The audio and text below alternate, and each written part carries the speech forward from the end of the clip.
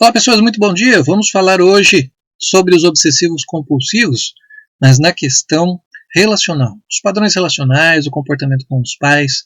E baseado nesse tema, como pode se formar um transtorno obsessivo compulsivo? Como é que ele pode surgir? Essa é a nossa fala de hoje. Vamos para o nosso vídeo então? Vamos lá. Primeiro ponto que a gente tem que falar hoje é sobre as exigências da infância. Existem várias maneiras de exigências que surgem dos pais, que surgem dos cuidadores, e isso vai impactar aí no crescimento das crianças. Como, por exemplo, podem ser cuidadores muito rígidos e consistentes, né?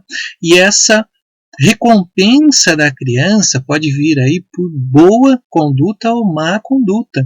Então a recompensa vai surgir aí quando ela tem uma boa conduta, quando ela tem um comportamento dito aceitável pelos pais, mas ela vai receber uma punição por uma má conduta, por alguma coisa que os pais não concordam que ela faça. Então, essa questão da exigência da infância pode influenciar aí e gerar comportamentos obsessivos compulsivos. Pais amorosos, por exemplo, podem criar crianças que entendam que esse amor é uma recompensa por alguma ação. Então elas vão reivindicar essa devoção dos pais. Mas quando temos pais aí exageradamente exigentes, né, eles vão também aí ter um comportamento mais condenatório em relação ao comportamento da criança, à fantasia da criança, ao pensamento, ao sentimento da criança. Então tudo isso vai influenciar nesse desenvolvimento que a criança vai ter durante essa fase de infância. Não é?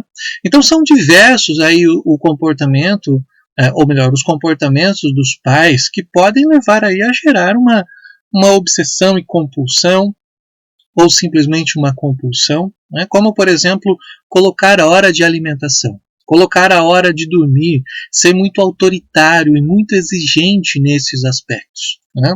Como, por exemplo, um caso de uma mãe que pesava a criança todo o tempo e depois a criança, com o passar do tempo, ela mesma começou a pesar o próprio alimento. Então, isso vai fazer com que a criança desenvolva a necessidade de buscar essa recompensa para estar tendo a atenção da mãe nesse momento. Né? A superproteção também pode gerar um comportamento obsessivo compulsivo, porque a criança ela vai buscar aí suas recompensas através dos seus pensamentos e suas ações, né? Mas ela vai ter dificuldades de lidar com as questões que surgem, com os conflitos. Por quê? Porque parece que num passe de mágica o conflito desaparece. Então, sempre vai ficar aí aguardando a ação dos pais. Né? Então, a superproteção vinda dos pais também pode gerar aí um comportamento compulsivo, né? E uma dificuldade aí para lidar com as questões emocionais, com os conflitos, o que acaba afetando então o desenvolvimento do próprio self, da personalidade da criança. Quando nós falamos de obsessão e compulsão, nós também relacionamos isso a introjetivos e anaclíticos. O introjetivo é aquele que é orientado pelas definições do seu próprio self. E os anaclíticos orientados em relação ao self. Lembrando que os introjetivos eles vão trazer isso para dentro, relacionar com o seu self, e os anaclíticos vão lidar aí com um objeto. Por isso que é essa orientação em relação à sua própria personalidade. Temos culturas que vão também levar aí o desenvolvimento de obsessões e compulsões, como por exemplo a cultura da culpabilidade. Né? São aqueles pais, por exemplo, ou os cuidadores que dizem assim, como é que você se sentiria se alguém te tratasse desse jeito? E falando isso para a criança, ela vai desenvolvendo sempre esse pensamento da punição, né, da culpabilidade por fazer alguma coisa. Então ela tem sempre um cuidado, cria um ritual para não errar, para não fazer algo que vai então afetar essas falas dos pais. Né? Ou então, aqueles pais de uma forma muito racional traz a seguinte frase, né? Não gosto de bater em você, mas é para você aprender, é para você entender a situação, então estou te batendo para você não fazer mais isso, para você não tomar tal atitude. Então, vai trazendo aí a culpabilidade, ou seja, a punição. A criança, ela tem seus rituais, ela vai criar os seus rituais para que ela não venha a sofrer aí a ofensa, não venha a ser agredida pelos pais. Então é muito importante estar atento a esses comportamentos paternos e essa relação da criança com os seus pais na hora de se desenvolver, no crescimento, na formação do seu superego. Né? E nós temos também, além da cultura da culpabilidade, a cultura da vergonha. Colocar a criança numa situação de vergonha. Como, por exemplo, dizer assim para a criança que tem uma compulsão alimentar. Né? O que vão pensar de você se você estiver fora do peso? Né? Essas compulsões alimentares, muitas vezes, elas estão conectadas a coisas do passado, a coisas vividas na infância, a também, além da vergonha, a culpabilidade por ter feito algo errado, por ter comido demais. Né? E nesse caso da alimentação, 2 exemplos que nós podemos citar é a própria anorexia e a bulimia. Então, estão relacionados aí a falas que levam à vergonha, ter vergonha de estar acima do peso, ter vergonha de não ter um padrão colocado pelos pais, pelos cuidadores ou qualquer outra referência que a criança tenha tido no passado. Até mesmo os seus brinquedos, como as meninas que têm aí as suas bonecas e elas são magras e elas ficam elas mesmas se comparando, baseado no que alguém pode ter dito. Então são exemplos aí de culturas, de formas de viver que podem impactar no crescimento da criança. A carência afetiva também pode gerar aí uma compulsão, né?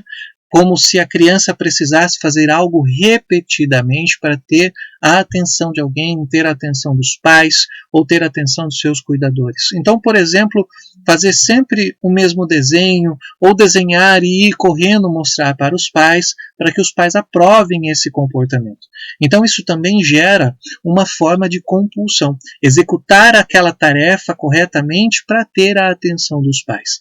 Outras crianças passam a desenvolver o oposto. E claro que isso, numa idade maior, até mesmo aí falando de uma adolescência, nós vamos então falar do oposto. O que seria o oposto? Os pais podem ser relapsos, desorganizados, uma família desestruturada, e aí o que a criança faz? Ela age o contrário. Então, numa casa, por exemplo, que está tudo desorganizado, a criança vai criando esse consenso de deixar tudo organizado na vida dela, para que ela faça o oposto dos pais, justamente porque ela pode ter aí uma certa vergonha daquele comportamento. Pais, por exemplo, que são alcoólatras, a criança desenvolve um outro comportamento pela vergonha do pai alcoólatra, e ela se pune se em algum momento ela tentar infringir, se em algum momento ela estiver num ambiente social e ela tomar alguma bebida alcoólica, então ela vai punindo. Como, por exemplo, trazer isso como regra da vida dela. O álcool é uma coisa errada, claro que é prejudicial, lógico, mas trazer isso de uma forma muito exagerada, como se toda a sociedade que consome álcool fosse assim pecadora por alguma coisa, merecesse uma punição por ter esse comportamento. Então nós falamos isso de um comportamento exagerado, um comportamento que leva aí a pessoa a ter reações às quais traz de forma punitiva.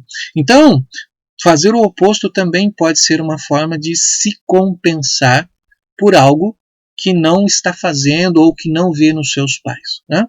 Pais sem tempo, que está ligado aí a uma questão de carência afetiva, né? Pais sem tempo para a criança vai refletir no seu superego. E a criança pode estar lidando aí depois com uma certa culpa, a culpa da ausência dos pais, como se ela fosse a responsável por isso, como se ela fosse a pessoa que está ali, que desenvolveu essa distância dos pais. Então ela se culpa por isso, e isso vai formando um superego aí que vai lidar com essa punição e lidar com essa responsabilidade. Né?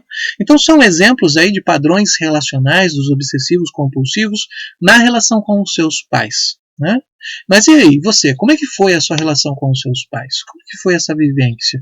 O que você desenvolveu como culpa? E quais são os rituais que você tem hoje que, de certa forma, se você não cumprir, isso parece que você está infringindo uma regra? Me conta aí nos comentários. Um abraço e até a próxima!